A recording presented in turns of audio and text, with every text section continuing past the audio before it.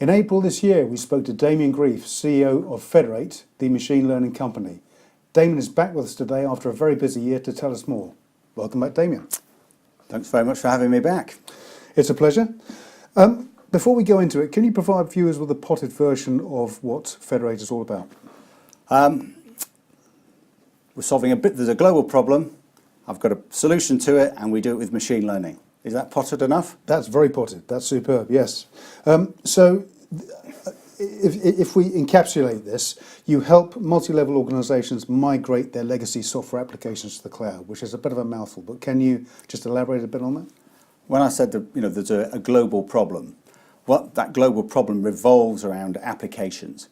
Enterprise scale companies, say a company that, it's a global bank. You always use banks because it's one that resonates people and people understand the global footprint, the geographical diversity.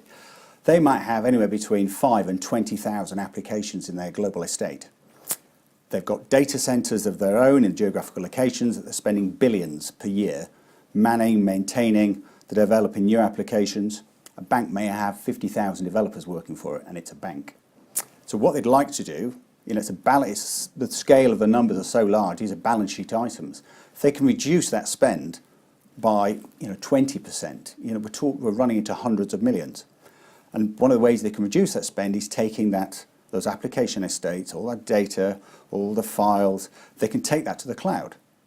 And on the other side of the coin, we have Google, Amazon, they bet the farm on building massive data center estates, so they want the enterprise to come and start to populate their cloud infrastructure.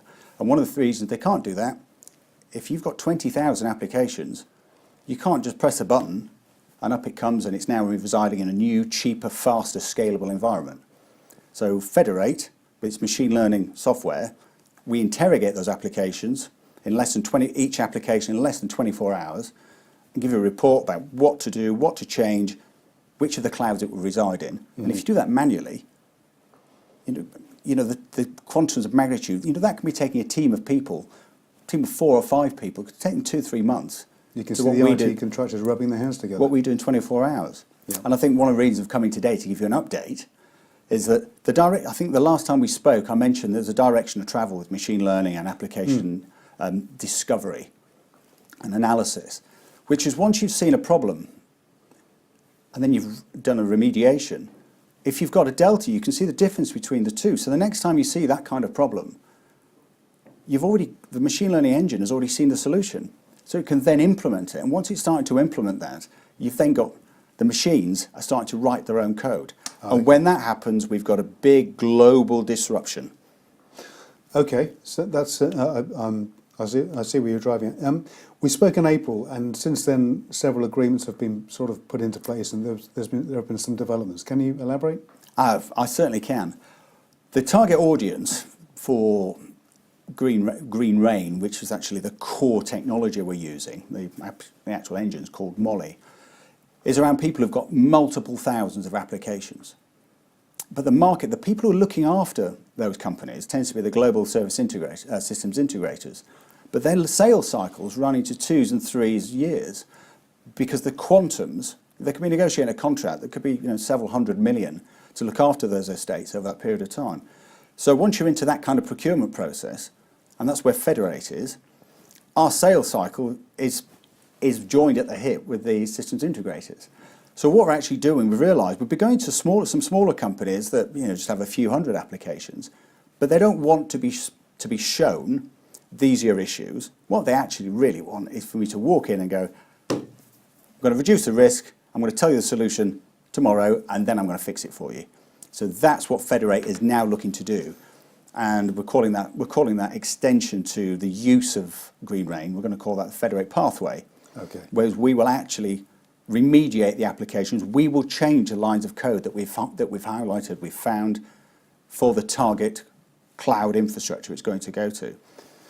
And sorry, I'm on a roll, aren't I? It's good. One of the things where this really where the direction of travel, which I just discussed about causing that global disruption, if we're actually doing the remediation work ourselves, we are affecting the change.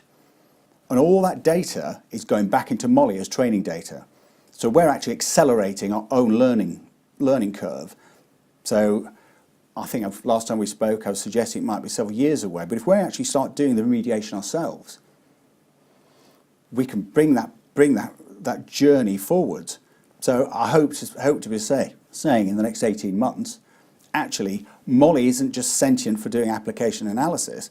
Molly is sentient to actually writing new code. And when we reach that point, as I said, the disruption becomes significant. I understand. So when we spoke last time, we described a situation where a legacy application, for example, belonging to a company might be an old box that of tricks that sits in the corner but plays an essential role in the company. So presumably, once Molly learns about the process required to put this box into the cloud, she then learns for next time. So if she comes across another box, she then takes it from there and can apply the new lines of code that she's put together from that. I love the way that you say a box, because actually you're not too far from the truth with the modern infrastructure and the modern data centers. They are populated with boxes that are all exactly the same, and those boxes are actually only differentiated by the software that sits on them. So the task that the box, we're going to call it box, performs is actually run by the software it sits on. So when you're moving your application into a new box, the software that it's sitting on, the software operating layer, if it's not the same from where you've moved it, that's where you get your clash. And also, if you've got a piece of software that's got a database, the database may not be residing on the same box. Okay. So you can move one box, but then you've got to move the box next door. But if you don't know it's speaking to another box next door, hence that's another software-related issue. About it won't reside gracefully. It may work to a degree, but you'll lose functionality. Whereas with green rain analysis, we know exactly how the application is put together. It's a granular DNA level of application analysis. So we've seen so we know which lines of code will need to be changed to make it work in the new software layer, the new box it's going to sit on. We'll rewrite that code, we'll test it, and we'll give it back to the company. So there you go put it where you want. And that is actually the question that everyone wants answered. But clearly we can't do that at scale with 5,000 applications. That requires the full development capabilities of the bank with its 50,000 developers. But the smaller companies, they don't have that development capability. So that's where the Fedr8 pathway is going to fill that gap. So we will actually do the remediation. Okay. So Pathway is launched. How are sales going? Has interest been strong? We pressed the button on Pathway 3 weeks ago, so we had the usual storyboarding, rewriting a website, coming up with a pricing model, getting contractors in to sort of fulfill roles. The first 2 phone calls I made are 2 people who'd like to use our software across their customers. And they are not service integrators. They're much smaller, but they still have multiple customers. So they will still have an instance of the Green Range software, but actually the remediation side of it is something that Fedr8 can take on. So out of the box, all I can say is the initial response has been wonderful, but we are approaching Christmas. Of course, yeah. Not an awful lot's going on between now and Christmas, but I'm very hopeful for the new year because the initial response, 2 phone calls, 2 wonderful responses. As a CEO of a business, that's unusual and making me rather happy. Good, good. So this is very much a one-stop shop, isn't it? So somebody comes to you and says, I need to migrate to the cloud, I've got all these boxes lying around, and you can take it from concept to completion, literally, from the initial scoping out all the way through to signing off, yes, you're on the cloud, away you go. Yeah, that's exactly right, because the process is a process of discovery. Yep. What's in the applications? What languages are they? Where are their cores to their database, which I mentioned earlier? What needs to be changed? So we've now got a list of what it looks like, what needs to be changed, and then Fedr8, that third stage, will actually do the change, but then we'll pass it back to the partner, who will then put it in the cloud, the global, gorilla in the room. Yep. One of the real big guys, where far cheaper, and that's where they'll put it. Okay.